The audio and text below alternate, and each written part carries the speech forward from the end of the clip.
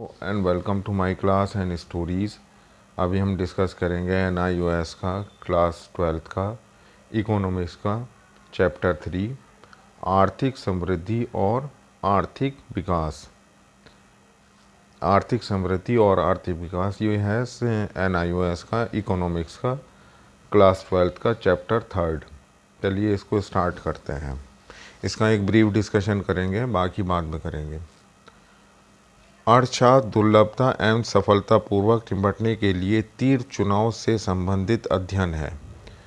दुर्लभ संसाधनों के आवंटन की सफलता को मूल्यांकन का सबसे अधिक मौलिक माप आर्थिक समृद्धि है। व्यक्ति अपनी आय और परिस्थितियों के मूल्य में परिवर्तन का निगरानी रखते हैं। व्यवसाय अपने लाभों तथा बाजारों के अंश का ध्यान रखते हैं। राष्ट्रीय आय और उत्पादकता आदि कैसे आर्थिक समृद्धि को मापने के लिए विभिन्न आंकड़ों पर निगरानी रखते हैं। समृद्धि और उत्पादकता से आगे बढ़कर कुछ और अर्थशास्त्री यह तर्क देते हैं कि राष्ट्र की अर्थशास्त्र का अनुमान लगाने में वितरण का माप है। समाप प्रति व्यक्ति आय आदि को भी सम्मिलित करना चाहिए। इसके अलावा देश के अन्य सामाजिक आवश्यकताओं पर भी ध्यान केंद्रित करना चाहिए, जैसे कि पर्यावरण, न्याय या आर्थिक समृद्धि की प्रक्रिया के नियंत्रण के लिए सांस्कृतिक विकास और शिक्षा, स्वास्थ्य सेवाएं, रोजगार और पर्यावरण की धारणीयता के अधिक अवसर के माध्यम से अर्थशास्त्र को सर्गीकरण विकास की अनुमति देता है। इस चैप्टर में जो हम पढ़ेंगे, जो समझने का इसका मतलब है, जो इसमें समझ में आएगा, आर्थिक समृद्धि और आर्थिक विकास के अर्थ और अंतर को समझ पाएंगे। धारणीय विकास और मानव विकास की अवधारणा को समझ पाएंगे। आर्थिक समृद्धि को प्रभावित करने वाले कारकों को जान पाएंगे तथा विकासशील देशों की मुख्य विशेषताओं को समझ पाएंगे। आर्थिक समृद्धि पद को एक ऐसी प्रक्रिया के रूप में परिभाषित किया जाता है जिसमें देश की वास्तविक राष्ट्रीय आय और प्रति व्यक्ति आय में दृढ़ अवधि तक वृद्धि होती है। आर्थिक समृद्धि की इस परिभाषा को आर्थिक समृद्धि के निम्न विशेषता सम्मिलित की जाती हैं।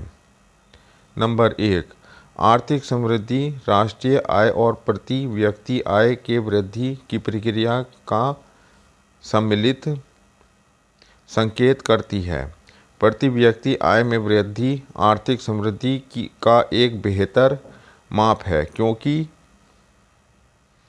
यह आम जनता के रहन सहन के स्तर में वृद्धि की ओर संकेत करती है।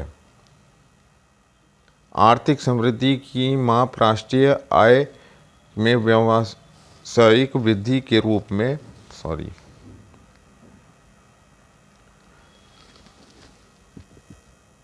सॉरी फॉर द इंटरप्शन, फिर से स्टार्ट करते हैं।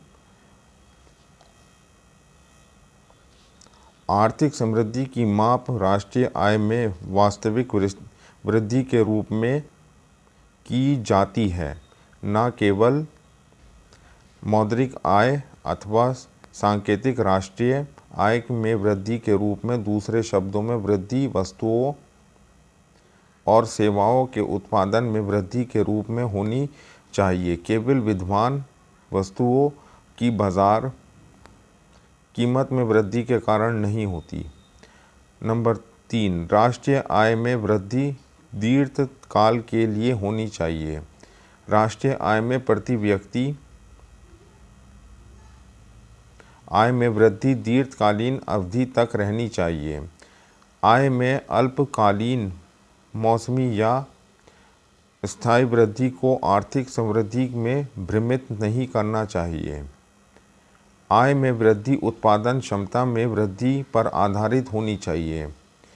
अर्थशास्त्र की आय में वृद्धि तभी निरंतर हो सकती है जबकि यह वृद्धि उत्पादन क्षमता में स्थायी वृद्धि जैसे आधुनिकीकरण अथवा उत्पादन में नई प्रौद्योगिकी के प्रयोग के कारण आधारिक संरचना शक्तिशाली होने जैसी परिवहन